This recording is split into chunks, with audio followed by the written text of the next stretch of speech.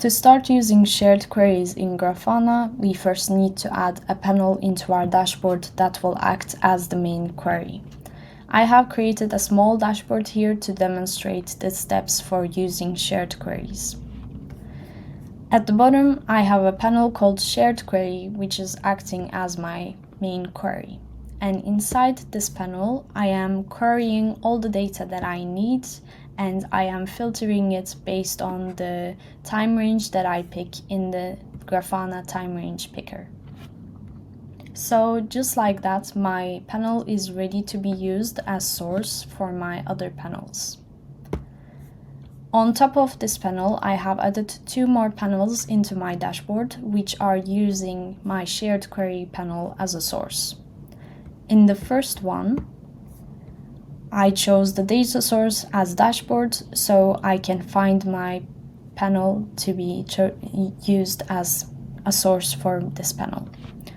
And I have chosen my shared query that I previously created as a source. On top of this shared query, I can put some transforms and I can apply some overrides. In this panel, I have chosen to apply one transform, which is called Organize Fields by Name, to filter out some of the data that I don't need to see in this panel. And I also applied an override to change the format the duration is shown. In my second panel, I have also added Organize Fields by Name transform, but in this panel, the aim is to show the products that are produced at the end of my production. So what I did here is to filter out all of the data that I don't need and only keep two data, which is the first one is to show how many products are being cut, and the second one is showing how many of them are rejected.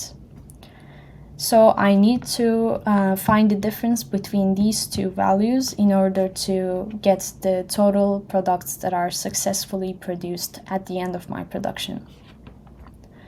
So in order to calculate that, I have added another transform, which is called Add Field from Calculation. And from here, I chose the mode as binary operation, as it is just a simple subtraction.